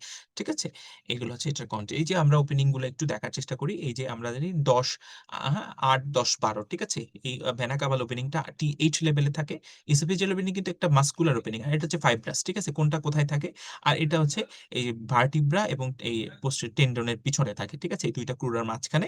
ঠিক আছে, তো এই যে মিডিয়ান আর্কুয়েট লিগামেন্ট আমরা বলি এটার নাম। ঠিক আছে, তো এই যে এই তিনটা ওপেনিং, এই তিনটা ওপেনিং দিয়ে কি কি যায় এগুলো খুব ভালো করে মনে রাখতে হবে, খুবই সোজা। দেখবেন একবার পড়লে এটা সবার মনে থাকে। ঠিক আছে, এটা হচ্ছে ভেনা কাভাল ওপেনিং, T8 বরাবর থাকে। এটা হচ্ছে T10 ইসোফেজিয়াল ওপেনিং, এবং T12 বরাবর হচ্ছে অ্যাওর্টিক ওপেনিং। হ্যাঁ, কোনটা দিয়ে কি যায়, এই যে ইসোফেজিয়াল ওপেনিং দিয়ে আর কি কি যায় সেগুলো একটু লেখা হয়েছে, যে অ্যান্টেরিয়র পোস্টেরিয়র ভেগাল ট্রাঙ্কের পাশাপাশি লেফট গ্যাস্ট্রিক আর্টারি মানে গ্যাস্ট্রিক ভেসেল গুলা যায়, লেফট গ্যাস্ট্রিক ভেসেল, আর হচ্ছে যায়, ইসোফেগাসটা যায় এবং ভেগাল ট্রাঙ্কটা যায়। ঠিক আছে, এই তিনটা স্ট্রাকচার হচ্ছে এই ইয়া দিয়ে যায়, ভেনা কাভা কি বলে ইসোফেজিয়াল ওপেনিং দিয়ে যায়। ঠিক আছে, এগুলো একটু মনে রাখবেন। আর এটার বাদে ইসোফেজিয়াল ওপেনিং আর এটা বাদে আর কি কি হতে পারে, লিম্ফ্যাটিক্স যদি অপশনে থাকে ট্রু দিবেন, ভেনিকো ইসোফেজিয়াল লিগামেন্ট, এগুলো মাইনর কন্টেন্ট, কিন্তু মেজর এই তিনটা কন্টেন্ট হচ্ছে সবার মনে রাখতে হবে। ঠিক আছে, ওকে, আচ্ছা। তারপরে হচ্ছে structure that normally transmits the diaphragm through the oesophageal, আবারও সেম কোশ্চেন এখান থেকে, এটাও খুব সোজা, যে এসোফেজিয়াল হাইয়াটাস দিয়ে কি যায়। সেম কোশ্চেন এইভাবে লেখা হয়েছে, এটা আপনারা সবাই মোটামুটি তাহলে আমরা বুঝতে পারবো একই জিনিস। তো respiratory part of the airway include, এখন এয়ারওয়ে রেসপিরেটরি পার্ট, এয়ারওয়ে তো টোটালটাই এয়ারওয়ে। এখন এটার আবার কিছু আছে রেসপিরেটরি পার্ট, যেখানে যেখানে অ্যালভিওলাস থাকে, আমরা বলি টার্মিনাল ব্রঙ্কিয়ালের পরেরটুকু হচ্ছে রেসপিরেটরি গ্যাসের সেকশন, যে পার্ট নেই, তার মানে এটা রেসপিরেটরি পার্ট, আমরা মনে রাখি ডাসা দিয়ে। ঠিক আছে, তো সেটা কি alveolar duct, atrium, alveolar sac এবং অ্যালভিওলাস, এই চারটে স্ট্রাকচারকে আমরা বলি সেটা হচ্ছে রেসপিরেটরি ইউনিট বা respiratory part of the airway, যেখানে গ্যাসের এক্সচেঞ্জ হয়। আর বাকি পুরো এয়ারওয়ে কিন্তু গ্যাস কন্ডাক্ট করে, এই জন্য আমরা দুইটা ভাগে ভাগ করি, একটা হচ্ছে কন্ডাক্টিং পার্ট আর একটা হচ্ছে রেসপিরেটরি পার্ট। রেসপিরেটরি পার্টে তাহলে কি কি আছে দেখেন, টারশিয়ারি ব্রঙ্কিউল, না টারশিয়ারি অত উপরে গ্যাসেস এক্সচেঞ্জ হয় না, এটা ফলস। টার্মিনাল ব্রঙ্কিউল, এখানে এও শুরু হয় না, একটু পরেই রেসপিরেটরি ব্রঙ্কিউল শুরু হবে, তখন হচ্ছে এই গ্যাসেস এক্সচেঞ্জ শুরু হবে, তার মানে এটা ফলস, এটা ট্রু। অ্যালভিওলার স্যাক, হ্যাঁ ডাস স্যাকের মধ্যে অবশ্যই হয়। লোবার ব্রঙ্কাস, না ব্রঙ্কাস অত উপরে তো প্রশ্নই আসে না, গ্যাসেস এক্সচেঞ্জ অ্যালভিওলাস অত উপরে কিভাবে থাকবে। ঠিক আছে, তাহলে এই যে একটা ছবি দেখেন, এই যে এটা হচ্ছে, দেখেন এই যে রেসপিরেটরি ব্রঙ্কিউল, এর গা থেকে এই যে অ্যালভিওলাস গুলো বের হওয়া শুরু হয়েছে, তার মানে এই পুরাটা হচ্ছে একটা রেসপিরেটরি ইউনিট বা রেসপিরেটরি পার্টে সে অংশগ্রহণ করে। ঠিক আছে, এই যে অ্যালভিওলাস, এই যে অ্যালভিওলাস থাকে, এই যে অনেকগুলো অ্যালভিওলাস মিলে অ্যালভিওলাস থাকে, আর এই যে ছোট্ট ছোট্ট ডাক্ট, হ্যাঁ এগুলো অ্যালভিওলার ডাক্টে, আর একটু ডাইলেটেড পার্ট সেগুলো হচ্ছে অ্যাট্রিয়াম। তার মানে এই ডাসা আমরা মনে রাখি যে অ্যালভিওলার ডাক্ট, হ্যাঁ তারপরে অ্যাট্রিয়াম, ঠিক আছে, তারপরে হচ্ছে অ্যালভিওলার স্যাক, তারপরে হচ্ছে অ্যালভিওলাস, এই চারটা হচ্ছে রেসপিরেটরি ব্রঙ্কিউল বললেও কিন্তু সেটা ট্রু হবে। তাহলে এই পাঁচটা অপশন যদি হয় তাহলে হচ্ছে রেসপিরেটরি পার্টে তারা অংশ। ঠিক আছে, okay. The structure enters through the hilum of the lungs, এটাও খুব পেইড কোশ্চেন, হাইলামের রিলেশন আসে মাঝে মাঝে, হাইলামের কন্টেন্ট কি কি আছে। হ্যাঁ, এটাও মোটামুটি আমরা সবাই জানি যে কি কি চাই, ব্রঙ্কিয়াল আর্টারি যে কোনটা ঢুকে বের হয় না, শুধু ওরা যদি বলে যে হোয়াট আর দ্য স্ট্রাকচার সেটা একরকম অ্যান্সার, যদি বলে এন্টার করে কোনটা তাহলে কিন্তু আবার একরকম। ঠিক আছে, তো এন্টার কি কি করে আমরা দেখলাম যে হ্যাঁ ব্রঙ্কিয়াল আর্টারি, আর্টারি গুলা ঢুকে, ঠিক আছে, তারপরে ব্রঙ্কিয়াল ভেন না, ব্রঙ্কিয়াল ভেন কিন্তু বের হয়ে আসে, তাই না, এবং পালমোনারি আর্টারি, পালমোনারি আর্টারি কিন্তু এটার ভিতরে ঢুকে এবং পালমোনারি ভেইন হচ্ছে বের হয়ে আসে। তার মানে এন্টার যদি বলতো হোয়াট আর দ্য স্ট্রাকচার, মানে লাইস ইন দা হাইলাম, যদি এন্টার না বলতো, শুধু বলতো যে হোয়াট আর দ্য স্ট্রাকচার, তাহলে আমরা কিন্তু সবগুলো ট্রু দিতাম। এখানে এন্টারিং শব্দটার জন্য কিন্তু অ্যান্সারটা ক্লোজ হয়ে গেল, তখন সেটা কি হয়ে গেল, ব্রঙ্কিয়াল আর্টারি, এটা ট্রু হবে। ঠিক আছে, তারপরে ব্রঙ্কিয়াল আর্টারি ট্রু হবে, তারপরে হচ্ছে ব্রঙ্কাসটা ইয়া হবে, কারণ ব্রঙ্কাস তো যায় আমরা জানি রাইট লাং এর ক্ষেত্রে প্রিন্সিপাল ব্রঙ্কাস দুইটা যায়, আর ইয়ার ক্ষেত্রে হচ্ছে একটা যায়, আর লেফট লাং এর ক্ষেত্রে। আর পালমোনারি ভেন এটা বের হয়ে আসে, পালমোনারি আর্টারি ঢুকে, ঠিক আছে, প্রত্যেক লাঙে। তো এইগুলা হচ্ছে স্ট্রাকচার, তাহলে আমরা এখানে এক্সপ্লানেশন আমরা সেগুলি দেওয়ার চেষ্টা করেছি যে রুট অফ দ্য লাঙে কি কি স্ট্রাকচার থাকে। ঠিক আছে, তো principal bronchus in the left lung এগুলো বলা হয়েছে, পালমোনারি আর্টারি, পালমোনারি ভেইন, হ্যাঁ প্রত্যেক ইয়া থেকে দুইটা করে বের হয়ে আসে, কোনটা কি কোনটা ঢুকে কোনটা বের হয়। ঠিক আছে, এখানে টোটাল সবগুলো একসাথে দেওয়া হয়েছে, lymphatics in the lung, anterior posterior pulmonary plexus of the, মানে রুট অফ দ্য লাংসে কি কি কন্টেন্ট থাকে সেটা দেওয়া হয়েছে এখানে। ঠিক আছে, ওকে। তো তারপরে হচ্ছে abdominal signs of acute appendicitis, abdominal science of acute appendicitis কি কি আছে সেটা আমরা একটু দেখার চেষ্টা করি। এটা অবশ্যই একটু ক্লিনিক্যাল অ্যানাটমির চাইতে বেশি হচ্ছে, এটা অ্যাপ্লাইড অ্যানাটমি বেশি হয়ে গেছে। অ্যাপেল অ্যানাটমিটা আমরা যদি একটু সাইনের কথা চিন্তা করি, আমরা একটা একটা করে দেখি। যেমন ধরেন কুলেন সাইন, হ্যাঁ ধরেন এটা কিসের আমরা জানি, অ্যাকিউট প্যানক্রিয়াটাইটিস এর সাইন। তো গ্রে টার্নার সাইন, হ্যাঁ আমরা জানি সেটাও একটা ইসে, একটা হচ্ছে আম্বিলিকাস চারপাশে কালো হয়ে যায় কুলেন, আর গ্রে টার্নার হচ্ছে এই হেমোরেজ হয় এই গ্রোইন এরিয়া বা এই যে প্যারাম কি বলে লাম্বার রিজন, ওই রিজনটাতে পিছনের দিকে একটু হয়। আর হচ্ছে ম্যাকবার্নিস, ম্যাকবার্নিস পয়েন্ট তো আমরা সবাই চিনি, এটা আন্ডার গ্রাজুয়েট আমরা খুব ভালো করে শিখেছি। মার্ফি সাইন আবার অ্যাকিউট কোলেসিস্টাইটিসে, রবসিং সাইন আবার পজিটিভ, আরেকটা সাইন আছে, ঠিক আছে, সোয়াস সাইন বা অবটুরেটর সাইন, এগুলো কিন্তু অ্যাকিউট অ্যাপেন্ডিসাইটিসে থাকে। এই সাইনগুলোর নাম জাস্ট মনে রাখা। ঠিক আছে, আমরা যদি একটু ম্যাকবার্নিস পয়েন্ট একটু দেখার চেষ্টা করি, আমরা জানি যে অ্যান্টেরিয়র সুপিরিয়র আইলিক স্পাইন এবং এই আম্বিলিকাস, এটা যদি আমরা জয়েন করি একটা লাইন আঁকি, সেই লাইনের এই যে ল্যাটারাল 130 যে জাংশন আর মিডিয়াল 230 যে জাংশন, সেটাই হচ্ছে ম্যাকবার্নিস পয়েন্ট। এখানে টেন্ডার পাওয়া যায় অ্যাকিউট অ্যাপেন্ডিসাইটিসের ক্ষেত্রে, তো সেটাই বলা হয়েছে এখানে। তো পোর্টাল ভেইন, পোর্টাল ভেইন হচ্ছে ফর্ম বাই ইনফেরিয়র, পোর্টাল ভেইনের ফরমেশনটা এখানে, এর পোর্টাল ভেইন থেকে মাঝে মাঝে কোশ্চেন আসে। তো পোর্টাল ভেইনের ক্ষেত্রে আপনারা মনে রাখবেন কোশ্চেন যেগুলো আসে কিন্তু পেইড কোশ্চেনই আসে। ঠিক আছে, এখানে কিন্তু মোস্ট ইম্পর্টেন্ট টপিক গুলো থেকে কোশ্চেন গুলো নেয়া। তো হাই ইল্ড টপিক বলে আমরা যেটা বলি, যে পোর্টাল ভেইনে দেখবেন যে ফরমেশন যেটা, সেটা হচ্ছে আমরা মাঝে মাঝে আমি নিজে ভুল করতাম যে ইনফিরিয়র নাকি সুপিরিয়র মেসেন্টেরিক ভেইন না সুপিরিয়র ইনফিরিয়র কোনটা আগে ড্রেন করে, স্প্লিনিক ভেইন কোনটা এসে ড্রেন করে। তো এটা একটু মনে রাখেন যে ইনফিরিয়রটা আগেই ড্রেন করে, ঠিক আছে, তারপরে স্প্লিনিক ভেইন সুপিরিয়র মেসেন্টেরিক ওইটা দুটো মিলে তখন এটা ফরমেশন হয়। তো এটা আমরা ছবিতে আরো সুন্দর করে ভালো করে দেখবো কোথা থেকে এটা নিউট্রিশন নেয়, এইটা খুব মাঝে মাঝে আসে। তো দেখেন ড্রেইনস ইনটু লিভার সাইড, অবশ্যই সেই পোর্টাল ভেইন আমরা জানি লিভারে 80% আর্টারিয়াল সাপ্লাই, এটা নিউট্রিশন সাপ্লাই হচ্ছে পোর্টাল ভেইন। ঠিক আছে, মেইন ব্লাড সাপ্লাই, হ্যাঁ অবশ্যই main blood supply, it carries blood from না কিডনি থেকে কখনোই পোর্টাল, পোর্টাল ভেইন হচ্ছে সে গার্ড থেকে, টোটাল গার্ড থেকে সে ব্লাড নিয়ে এসে লিভারে পাঠায় দেয়, এটি হচ্ছে তার কাজ। ঠিক আছে, আমরা যদি ছবি দেখি, এই যে দেখেন, এই যে ও হচ্ছে স্প্লিনিক ভেইন, হ্যাঁ, আর এই যে সুপিরিয়র মেসেন্টারিক ভেইন, এই দুটো মিলে কিন্তু এই পোর্টাল ভেইনটা হয়। ইনফিরিয়র মেসেন্টারিক ভেইনটা কিন্তু আগেই ড্রেন করে ফেলে কোথায়, এই স্প্লিনিক ভেইনের মধ্যে। এটা কিন্তু আমার ছোটবেলায় কনফিউশন হইতো, এই জন্য আমি এটা করে মনে রাখতাম। টোটাল গার্ড থেকে পোর্টাল ভেইনটা আসে, সে নিউট্রিশন সাপ্লাই নিয়ে আসে লিভারে। ঠিক আছে, তো গল ব্লাডার কোথায় থাকে, ninth costal tip of the ninth costal কার্টিলেজের এটা থাকে, এটা ফলস, তার মানে। তারপরে ক্লোজ রিলেটেড টু ডিউডেনাম, হ্যাঁ অবশ্যই ক্লোজ রিলেটেড টু ডিউডেনাম। ঠিক আছে, supplied by the branch of the right hepatic artery. হ্যাঁ, গল ব্লাডার ইউজুয়ালি যে কোনো জায়গা থেকে আসতে পারে, বাট ক্যালোস ট্রায়াঙ্গেলের ওইখানে ম্যাক্সিমাম হচ্ছে রাইট হেপাটিক আর্টারি থেকে আসে, সেটা কমন হেপাটিক থেকেও আসতে পারে, লেফটের থেকে খুব রেয়ারলি আসে, but usually right hepatic artery থেকে আসে।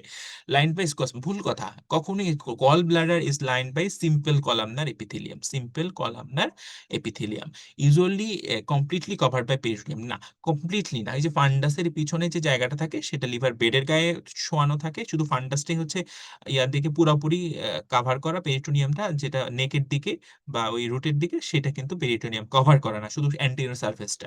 তো কাজে এটা ফলস স্টেটমেন্ট, ঠিক আছে, গল ব্লাডার। তো সেগুলো এখানে লেখা হয়েছে, প্রত্যেকটা এক্সপ্লেনেশন কিন্তু আমরা আমাদের লাস্ট আওয়ারে দেওয়া। ঠিক আছে, লাস্ট আওয়ার বইয়ে আপনি যদি কোশ্চেন গুলা পড়েন, কোশ্চেন গুলার এক্সপ্লানেশন গুলা পড়েন, ডোন্ট ফরগেট বক্সটা পড়েন, আপনি না চাইতে অনেক পড়ে ফেলবেন। ঠিক আছে, কোশ্চেন সলভ করার উসিলায় অনেক কিছু, কারণ বইতে সবই আছে, সব তো পড়া আসলে সম্ভব না। পরীক্ষার আগে প্রশ্ন সলভ করা, প্রশ্ন এক্সপ্লানেশনটা পড়া, ডোন্ট ফরগেট বক্স করা, যেটা কম্পেয়ার, যেটা ভালো প্রিপারেশন সবই তো দেখছেন, সবই পড়ে ফেলছেন। তো এইভাবে করে স্মার্টলি পড়তে হয়। তো এই যে এটাই দেখানো হয়েছে যে এই যে দেখেন, এই যে গল ব্লাডারটা এই যে লিভার পিছনে থাকে। হ্যাঁ, তো এই যে এটা হচ্ছে সিস্টিক ডাক্ট, এই যে রাইট হেপাটিক ডাক্ট আর লেফট হেপাটিক ডাক্ট, এটা মিলে কমন হেপাটিক ডাক্ট। হ্যাঁ, তারপরে এই যে বাইল ডাক্ট হয়ে তারপরে সে এই যে অ্যাম্পুলা পেটার এই যে সেকেন্ড পার্ট অফ দ্য ডিউডিনামে সে ওপেন করে। এর আগে সে এমপিটি বা মেজর প্যানক্রিয়াটিক ডাক্ট যেটা, সেটা সে ড্রেন করে একসাথে মিলে এখানে ইয়া করে, মেজোডিউডিনাল প্যাপিলাতে ওপেন করে সে। ঠিক আছে, এটা হচ্ছে লিভার আর আন্ডার সারফেস অফ দ্য, এই যে এখানে গল ব্লাডার, এটা টিপ, এইটার যদি আমরা রিলেশন চিন্তা করি সেটা হচ্ছে টিপ of the ninth coastal cartilage. ঠিক আছে, আমরা মারফিস সাইনও সেখানে পাই আমরা একের কোলেসিস্টাইটিস এর ক্ষেত্রে। আচ্ছা, ঠিক আছে। রোটেটর কাপ ইজ ফর্মড, এটাও খুব paid question. Rotate shoulder joint, joint থেকে সাধারণত একটা প্রশ্ন আসে, সেটা ইউজুয়ালি শোল্ডার জয়েন্ট অথবা নি জয়েন্ট, বড় জয়েন্ট গুলা থেকে ইউজুয়ালি প্রশ্নটা আসে। তো শোল্ডার জয়েন্টে এই যে দেখেন কোন কোন মাসেল গুলা এটা রোটেটর কাপ ফর্ম করে, সুপ্রাস্পাইনাস, ইনফ্রাস্পাইনাটাস এবং সাবস্ক্যাপুলারিস। ঠিক আছে, তো এর মধ্যে সাবস্ক্যাপুলারিসটা হচ্ছে একটা হাইব্রিড মাসেল, যেটা upper and lower scapular muscle of the posterior cord of the brachial plexus থেকে সাপ্লাই হয়।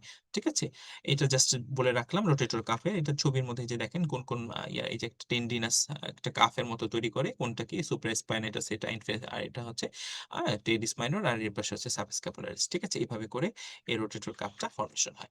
ব্রাকিয়াল প্লেক্সাস, এটাও একটা ইম্পর্টেন্ট টপিক। ব্রাকিয়াল প্লেক্সাস যে কোনো একটা রুট থেকে সাধারণত প্রশ্নটা আসে যে কোন রুটের কি কি ব্রাঞ্চ আছে। যেমন ধরেন পোস্টেরিয়র রুটে কি কি ব্রাঞ্চ আছে, কি বলে মিডিয়াল রুটে কি কি আছে, ল্যাটারাল রুটে কি কি আছে। ঠিক আছে, কোন ইয়া থেকে কোনটা আসে। ঠিক আছে, যেমন পোস্টেরিয়র, সরি রুট বলতেছে, কর্ড হবে, পোস্টেরিয়র কর্ড থেকে কি কি আছে, মিডিয়াল কর্ড থেকে, ল্যাটারাল কর্ড থেকে কি কি আসে প্রশ্ন, মানে নার্ভ। তো সেটার আমরা একটা ডায়াগ্রামের মধ্যে দেখি। তো এটার মধ্যে origin from the roots of the emerge in the in front of the scalenus anterior, না এটা scaleni behind the scalenus anterior, scalenus anterior পিছনে থাকে ব্র্যাকিয়াল প্লেক্সাসের রুট গুলা সব। আমরা জানি বডির সব জায়গায় ventral rami of the spinal nerve plexus গঠন করে, except thoracic reason. Thoracic reason ছাড়া আমরা জানি যে স্পাইনাল নার্ভ যদি আঁকি, স্পাইনাল নার্ভ যদি মনে করেন এরকম থাকে, এটা দুইটা রুট আসে, পোস্টেরিয়র ডর্সাল রুট আর ভেন্ট্রাল, দুইটা মিলে নার্ভ ট্রাঙ্কটা হয়। নার্ভ ট্রাঙ্কটা হয়েই দুইটা ভাগে ভাগ হয়ে যায়, একটা হচ্ছে ভেন্ট্রাল র্যামাই, একটা ডর্সাল। এই ভেন্ট্রাল র্যামাই যেগুলো আছে এগুলো সবগুলা প্লেক্সাস গঠন করে, এক্সেপ্ট থোরাসিক রিজন। প্লেক্সাস মানে জাল। ঠিক আছে, যেমন সার্ভিক্যাল প্লেক্সাস, তারপরে লাম্বার প্লেক্সাস, তারপরে হচ্ছে স্যাক্রাল প্লেক্সাস, এরকম আর কি, প্রত্যেকটা জায়গায় plexus except thoracic reason. Thoracic reason এটা করে না। তো সেটা আলাদা কারণ আছে, সেটা আমরা জানি যে ইন্টারকোস্টাল নার্ভ থাকে, সেটা আলাদা আলাপ। আমরা ব্রাকিয়াল প্লেক্সাস নিয়ে বলছিলাম, ব্রাকিয়াল প্লেক্সাস থাকে হচ্ছে স্ক্যালিনিয়াস অ্যান্টেরিয়র এর পিছনে। Forms cord which are close related, হ্যাঁ অ্যাক্সিলারি ভেসেলের ক্লোজ রিলেশনে থাকে। আরো যদি বলতো অ্যাক্সিলারি ভেইন, তাহলে আরো অ্যাকুরেট হইতো। Deep branches to the extensor muscle of the upper limb ভিয়ার্স ল্যাটারাল কর্ড। ঠিক আছে, এটা ইয়া দিয়ে যায় না, পোস্টেরিয়র কর্ড দিয়ে ইউজুয়ালি এক্সটেন্সর মাসেল গুলো যায়, ল্যাটারাল কর্ড না। Supplies the lattice muscle through its middle, না মিডিয়াল কর্ড দিয়ে যায় না, এটাও পোস্টেরিয়র কর্ড দিয়ে যায়। আমরা জানি নার্ভ টু ল্যাটিসিমাস ডরসি বা থোরাকো ডরসাল নার্ভ, যেটা পোস্টেরিয়র কর্ডের ব্রাঞ্চ। ঠিক আছে, এই যে এখানে এক্সপ্লানেশনে দেওয়া হয়েছে যে পোস্টেরিয়র কর্ড থেকে নার্ভ টু ল্যাটিসিমাস ডরসি বা থোরাকো ডরসাল নাম আরেকটা নাম, সেটা সেটা আসে। ঠিক আছে, lies in the neck and in the axilla, হ্যাঁ এটা নেকের, রুট অফ দ্য নেকে থাকে এবং অ্যাক্সিলাতেও কিছুটা অংশ থাকে। ঠিক আছে, ব্রাকিয়াল প্লেক্সাস থেকে প্রশ্ন এটা আসছে। এই যে ব্রাকিয়াল প্লেক্সাস দেখেন, এই যে রুট, এই যেগুলো হচ্ছে রুট, এটা হচ্ছে ট্রাঙ্ক, এটা হচ্ছে ডিভিশন, এটা হচ্ছে ব্রাঞ্চ গুলা। তো দেখেন এই যে আমরা বলছি যে কর্ড আছে তিনটা, একটা হচ্ছে ল্যাটারাল কর্ড, একটা হচ্ছে পোস্টেরিয়র কর্ড, একটা হচ্ছে মিডিয়াল কর্ড। এই ল্যাটারাল, মিডিয়াল, পোস্টেরিয়র, এটা কিসের ভিত্তিতে? এটা হচ্ছে অ্যাক্সিলারি ভেসেল। অ্যাক্সিলারি ভেসেলের ল্যাটারালি যেটা থাকে সেটা ল্যাটারাল কর্ড, অ্যাক্সিলারি ভেসেলের মিডিয়ালি যেটা থাকে সেটা মিডিয়াল কর্ড, অ্যাক্সিলারি ভেসেলের পোস্টেরিয়রলি যেটা থাকে সেটা পোস্টেরিয়র কর্ড। অনেকে জানতে চায় বা অনেক সময় আমরা কনফিউশনে পড়ি যে কোন কিসের ভিত্তিতে এটা ল্যাটারাল নাম, এটা তো অ্যান্টিরিয়র কর্ড নাম হতে পারতো, কেন অ্যান্টিরিয়র কর্ড নাম হলো না? কারণ এটা ল্যাটারালি আছে, এটা অ্যান্টিরিয়রলি কোনো কর্ড এরকম নাই। সেই জন্য তাহলে অ্যাক্সিলারি ভেসেলের রিলেশনে এটার নাম হয়েছে। ওকে, তো ডিভিশন গুলোর নাম সবাই মোটামুটি হয়তো বা জানেন, যে পোস্টেরিয়র কর্ড থেকে কি আসে, আপার এন্ড লোয়ার সাবস্ক্যাপুলারি নার্ভ, তারপর থোরাকো ডরসাল নার্ভ, তারপরে অ্যাক্সিলারি নার্ভ, তারপরে রেডিয়াল নার্ভ, এগুলা আসে। ঠিক আছে, ওকে? তারপরে muscles having double nerve supply আমরা এটাকে বলি হচ্ছে হাইব্রিড মাসল। তো হাইব্রিড মাসল যেগুলো ডাবল নার্ভ সাপ্লাই যেমন অ্যাডাক্টর ম্যাগনাস, ঠিক আছে? এটা একটা লোয়ার লিম্বের মাসল যেটা ২ টা নার্ভ দিয়ে আমরা সাপ্লাই। ফিমোরাল নার্ভ দিয়েও আসে, অবটুরাল নার্ভ দিয়েও আসে। Deltoid muscle. ডেল্টয়েড মাসল না অ্যাক্সিলারি নার্ভ শুধুমাত্র। তার মানে এটা ফলস। ঠিক আছে? ব্রাকিয়ালিস এটা ২ টা নার্ভই আসে। ঠিক আছে? রেডিয়াল নার্ভও কিছুটা আছে, ইয়াও আসে। তো এক্সটেন্সর হ্যালোসিস এটাও হচ্ছে সিঙ্গেল নার্ভ। আর ফ্লেক্সর ডিজিটাম প্রোফান্ডাস হাতের একটা বড় মাসল সেটাও ২ টা নার্ভ। একটা আলনার নার্ভ আসে, মিডিয়ান নার্ভও আছে। ঠিক আছে? ২ টা করে নার্ভ সাপ্লাই যেগুলো সেগুলাকে আমরা বলি হাইব্রিড মাসল। এখানে অনেকগুলো একটা লিস্ট দিছি। ঠিক আছে? এই যে লিস্টের মধ্যে ডুয়াল নার্ভস আমরা একটা ছন্দ দিয়ে মনে রাখি। যে যেভাবে মনে রাখে বিপিএড ফর ফান আমি এভাবে মনে রাখতাম। তো আপনারা যেভাবে মনে রাখেন যে ব্রাকিয়ালিস, পেকটিনিয়াস এগুলো বাইসেপস ফিবুলারিস, অ্যাডাক্টর ম্যাগনাস, ডায়াগাস্ট্রিক এগুলো হচ্ছে ডাবল নার্ভ সাপ্লাই। পরীক্ষায় প্রায় প্রশ্ন আসে যে what are the muscles supplied by double অথবা ডুয়াল নার্ভ সাপ্লাই কাদের আছে অথবা what are the muscles hybrid following muscles are hybrid এভাবে করে প্রশ্ন আসে। ঠিক আছে? ফুট ড্রপ থেকে প্রশ্ন এফসিপিএস এও আসে, রেসিডেন্সিতেও প্রচুর আসে। কোন নার্ভ ইনজুরি হয়, কেন হয়, কোন জায়গায় কমন এগুলা থেকে প্রশ্ন আসে। যেমন injury to common peroneal nerve কি হয়? ফুট ড্রপ হয়। কোন জায়গায় হয়? নেক অফ দ্য ফিবুলা, ঠিক আছে? যেকোনো জায়গায় হইতে পারে। ইউজুয়ালি মোস্ট কমন সাইট হচ্ছে কম আ রু ইয়াতে নেক অফ দ্য ফিবুলা বা আমরা যে লেগের upper part just below the knee ওইখানে হয়। ঠিক আছে? কি হবে? কোনটার লসের কারণে কি হবে? লস অফ ডর্সিফ্লেকশন অফ হ্যাঁ, ডর্সিফ্লেকশন লস হয়ে যায়। Result from injury to the neck of the fibula through inability to plantar ফ্লেকশনে আসলে সমস্যা হয় না। এই যে আমরা ছবি দিছি ডর্সিফ্লেকশনে সমস্যা হয়। ওয়াডলিং গেট এটাতে হয় না, হ্যাঁ? ওয়াডলিং গেট অন্য কারণে হয় সেটা আমরা জানি। আর এই কমন পেরিনিয়াল নার্ভ ইনজুরির কারণে ফুট ড্রপ হয়। থাইরয়েড গ্ল্যান্ডের সাপ্লাই থাইরয়েড গ্ল্যান্ডের আমরা বলি যে অনেক রিচ ব্লাড সাপ্লাই আছে। এর মধ্যে সুপিরিয়র থাইরয়েড আর্টারি ইয়া থেকে আসে, এক্সটার্নাল ক্যারোটিড আর্টারি থেকে আসে, আর্টারিয়া থাইরয়েডা ইমা আসে নিচের সাবক্লেভিয়ান আর্টারি থেকে, ইনফেরিয়র থাইরয়েড আর্টারিও এখান থেকে first part of the subclavian artery থেকে, ম্যাক্সিলারি আর্টারি থেকে কখনো আসে না, ফেশিয়াল আর্টারি থেকেও আসে না। আমরা একটু দেখি artery supply of the thyroid gland. এই যে দেখেন থাইরয়েড গ্ল্যান্ড, এই যে দেখেন সুপিরিয়র থাইরয়েড আর্টারি। ঠিক আছে? অনেক রিচ সাপ্লাই তার। এই যে দেখেন এই এক্সটার্নাল ক্যারোটিড, এই যে কমন ক্যারোটিড উঠতেছে, কমন ক্যারোটিড এই যে ভাগ হয়ে গেল এক্সটার্নাল আর ইন্টারনাল। এক্সটার্নাল থেকে সুপিরিয়র থাইরয়েড আর্টারি আসলো। ঠিক আছে? আবার এই যে নিচ থেকেও কিন্তু ইনফেরিয়র থাইরয়েডিক আর্টারি আসলো। ঠিক আছে? এই যে ইমা এটা ইউজুয়ালি বেজোর থাকে, এক সাইডে থাকে এজন্য এটার নাম ইমা এবং এটা ইদমাসে ইউজুয়ালি সাপ্লাই দেয়। ঠিক আছে? আর্টারিয়া থাইরয়েডা ইমা। ঠিক আছে? এটা ইউজুয়ালি ইয়ার ক্ষেত্রে রাইট সাবক্লেভিয়ান আর্টারির রাইট কমন ক্যারোটিড আর্টারি হইতে পারে, সাবক্লেভিয়ান যেকোনো একটা ইউজুয়ালি ব্রাঞ্চ হয়। আর এই যে দেখেন এই যে first part of the subclavian artery থেকে থাইরোসার্ভিক্যাল ট্রাঙ্ক হইলো। সেখান থেকে এই থাইরোসার্ভিক্যাল ট্রাঙ্ক থেকে ইনফেরিয়র সোজা কথায় first part of the subclavian artery আরো স্পেসিফিক্যালি বললে থাইরোসার্ভিক্যাল ট্রাঙ্ক। তার মানে এই আর্টারি গুলো সুপিরিয়র এর ইনফেরিয়র থাইরয়েড আর্টারি আর আর্টারিয়া থাইরয়েডা ইমা এই ৩ টা গ্রসেট লাইন। ওকে। পিউরলি সেন্সরি ক্রেনিয়াল নার্ভ কি আছে? ক্রেনিয়াল নার্ভ কোনগুলা? পিউরলি সেন্সরি আমরা জানি 1 to 8 হ্যাঁ? ১২৮ দিয়ে আমরা মনে রাখতাম। পিউরলি সেন্সরি, ঠিক আছে? যেগুলা শুধুমাত্র সেন্সরি, কোনো মোটর কম্পোনেন্ট নাই। আমরা এখন নার্ভের ইয়ার ক্ষেত্রে এই কথাগুলোই বেশি বলি। সেন্সরি না বলে পিউরলি সেন্সরি শব্দটা ইউজুয়ালি ব্যবহার করা হয় অথবা মিক্সড নার্ভ, ঠিক আছে? মোটর, পিউরলি সেন্সরি আর মিক্সড নার্ভ। এভাবে করে শব্দটা আগে আমরা বলতাম সেন্সরি, এভাবে না বলে পিউরলি সেন্সরি। তো পিউরলি সেন্সরি হচ্ছে 1 to 8 মানে অলফ্যাক্টরি, অপটিক এবং অডিটরি। ঠিক আছে? এটার আরো সুন্দর নাম হচ্ছে ভেস্টিবুলো-কক্লিয়ার অডিটরি নার্ভে। তো এগুলো হচ্ছে পিউরলি সেন্সরি নার্ভ। ঠিক আছে?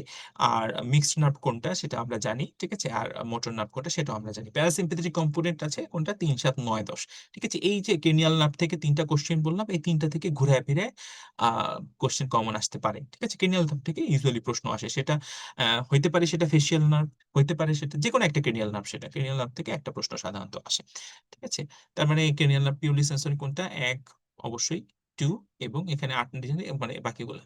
৪ হচ্ছে ট্রক্লিয়ার। ঠিক আছে? এটা mixed nerve motor nerve, purely motor nerve. হ্যাঁ? ৬ হচ্ছে অ্যাবডুসেন এটাও পিউরলি। ৭ হচ্ছে মিক্সড নার্ভ আমরা জানি। ঠিক আছে?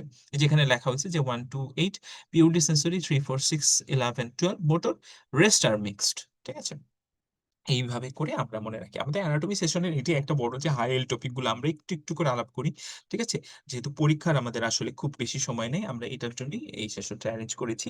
এবং আমরা লাস্ট আওয়ার এর জন্য এই একটা কথাই সবার উদ্দেশ্যে যে এখন সময়টা পুরো বই পড়ে ইয়া করার মতো না। আপনারা যেটা করবেন লাস্ট আওয়ারটাকে নিবেন। বেসিক শিট যার গোছানো আসে খুব চমৎকারভাবে সে এটার সাথে কোরিলেট করবে। ঠিক আছে? বেসিক শিটের ইয়া থেকে আপনি লাস্ট আউটটা যখন আপনি নিবেন, প্রশ্নটা দেখবেন, প্রশ্নটার উত্তরটা পড়বেন, এক্সপ্লানেশনটা দেখবেন। ডোন্ট ফরগেট বক্সে যেটা আছে, যদি সেটা সুযোগ থাকে বেসিক শিট থেকে যদি কনসেপ্ট ক্লিয়ার করার প্রয়োজন হয় ওইটা ক্লিয়ার করে ফেলবেন। এই হচ্ছে এখন পড়ার স্টাইল। ঠিক আছে? এভাবে করে দেখবেন যে প্রচুর কোয়েশ্চেন করতে হবে এবং মানে আপনার ডিপ্লোমার গত আমরা একটা সেশন নিয়েছিলাম আলাদা করে। সেখানে আমরা দেখিয়েছি যে ডিপ্লোমার একটা সেশন থেকে কিরকম মানে আমরা সেশন টোটালি দেখেছি যে আমাদের 50-60% হুবহু টপিক কমন আসছে। কারণ রেসিডেন্সি পরীক্ষায়, ডিপ্লোমা পরীক্ষায় সত্য কথা বলতে এখনো পর্যন্ত প্রচুর রিপিট হয়। এখন আগের মতো কোয়েশ্চেন হুবহু আসে না রিপিট, কিন্তু টপিক কিন্তু প্রচুর রিপিট আসে। তো কাজে এইভাবে করে আমাদের ইয়াটা আসে। তো সবার জন্য শুভকামনা। যদি কারো কোনো প্রশ্ন থাকে করতে পারেন। আর যদি প্রশ্ন না ভাইয়া একটা কোশ্চেন ছিল। হ্যাঁ, হ্যাঁ, হ্যাঁ, আপু বলেন। এমডি ফ্যাকাল্টির জন্য এখন মানে কতটুকু পড়া উচিত অ্যানাটমি, মানে এই লাস্ট মোমেন্টে, মানে বুঝতে পারতেছি না। হুম, এমডি ফ্যাকাল্টিতে অ্যানাটমিটা খুব বেশি থাকে না এবং আমি আপনাকে একটা সত্য কথা বলি। আমার এক কলিগ, ঠিক আছে, সে অ্যানাটমির আমার সাথে রেসিডেন্সিতেও চান্স পেয়েছে। তো সে হচ্ছে অ্যানাটমিকে এত ভয় পাইতো, অ্যানাটমি সে না পড়ে সে রেসিডেন্সিতে অ্যাপিয়ার করছে এবং সে চান্সও পাইছে। ঠিক আছে? তো কাজেই সম্ভব এমডি ফ্যাক, কিন্তু এমএস এর ক্ষেত্রে এই রিস্ক নেওয়া যাবে না। এমএস এর ক্ষেত্রে এটা খুবই মানে কারণ অ্যানাটমি অনেক প্রশ্ন থাকে, অ্যানাটমি ইয়াটাই হচ্ছে বড়। তো ইসের ক্ষেত্রে এটাই হচ্ছে বড় বিষয়। আপনি যদি এমডি চিন্তা করেন, আপনি হচ্ছে গ্রস যেগুলো আছে সেগুলা হচ্ছে আপনি একটু পড়বেন। মানে ধরেন আমরা যেগুলা বললাম যে আম বড়, বড় টপিক গুলা মানে হাই yield টপিক গুলা যেগুলো থেকে প্রায় কোয়েশ্চেন আসে সে আজকে যে টপিক গুলার আলোচনা করলেন শাস্ত্রগুলা পড়ে গেলে হবে না? আ কিছু তো অবশ্যই কমন পাবেন, কিন্তু 100% তো কমন আসবে না। এমডি ফ্যাকাল্টির কোয়েশ্চেন গুলা সাধারণত অ্যানাটমি পার্টটা অত ডিপ আসে না। বাট অ্যানাটমি অন্যান্য সাবজেক্ট যেমন ফিজিওলজি বা অন্যান্য সবগুলো থেকে চিন্তা করলে অ্যানাটমি কোয়েশ্চেনটা সবসময় একটু হার্ড হয়, বা কারণ এটা অনেক বড় তো।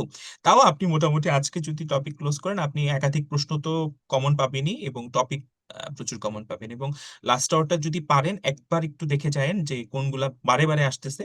শুধু যেমন এমব্রায়োলজি ৩-৪ টা টপিক, হিস্টোলজি ৩-৪ টা টপিক এভাবে করে লিখবেন, অনেকগুলা কোয়েশ্চেন কমন আসছে আরকি। ঠিক আছে। Any more questions?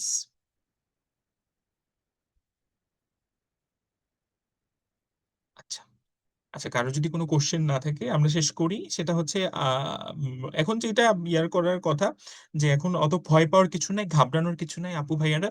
সেটা হচ্ছে সিনসিয়ারলি থেকে যতটুকু নিজের বেস্টটা দেওয়া যায় ততটুকু ইয়া করে এখন নতুন কোনো টপিক পড়বেন না। নতুন কোনো জিনিস মাথার মধ্যে ঢোকানোর দরকার নেই। আগে যেটা পড়েছেন, হ্যাঁ? যদি খুব কষ্ট হয় সেগুলাই ইয়া করবেন। এখন এমন অনেক জিনিস আছে যেগুলা কখনোই আপনি পড়েন নাই, সেগুলা পড়ার দরকার নেই। এখন একটুখানি পড়লে ১০ মিনিট পড়লে পড়া হয়ে যাবে, বা সেগুলা চাইলে একটু দেখতে পারেন। বাট যেহেতু খুব বেশি সময় নেই একটু রিভাইজ করেন, এবং বিশেষ করে যে বক্সগুলা প্রবাবল স্টেম বা এক্সপ্লানেশন এগুলো একটু ভালো করে দেখেন। কারণ এক্সপেরিয়েন্স থেকে দেখি তো, ওগুলা থেকে প্রচুর কোয়েশ্চেন আসে। রিপিট কোয়েশ্চেন প্রচুর হয় এবং এবারও আপনার পরীক্ষায় যে সেম কথাই দেখবেন যে রিপিট হয় প্রচুর। যদিও একটু, একটু চেঞ্জ হচ্ছে, কিন্তু রিপিট প্রচুর হয়। এজন্য কোয়েশ্চেনের এনালাইসিসটা বা এক্সপ্লানেশনটা ভালো করে জানা, কোয়েশ্চেনটার টপিক সম্পর্কে এলাবোরেট আইডিয়া থাকা, এটা খুব জরুরি। ঠিক আছে? সবার যদি শেষ হয় আমরা আজকের সেশন শেষ করছি। সবাইকে ধন্যবাদ এতক্ষণ ধৈর্য ধরে সাথে থাকার জন্য। সবাইকে আসসালামু আলাইকুম।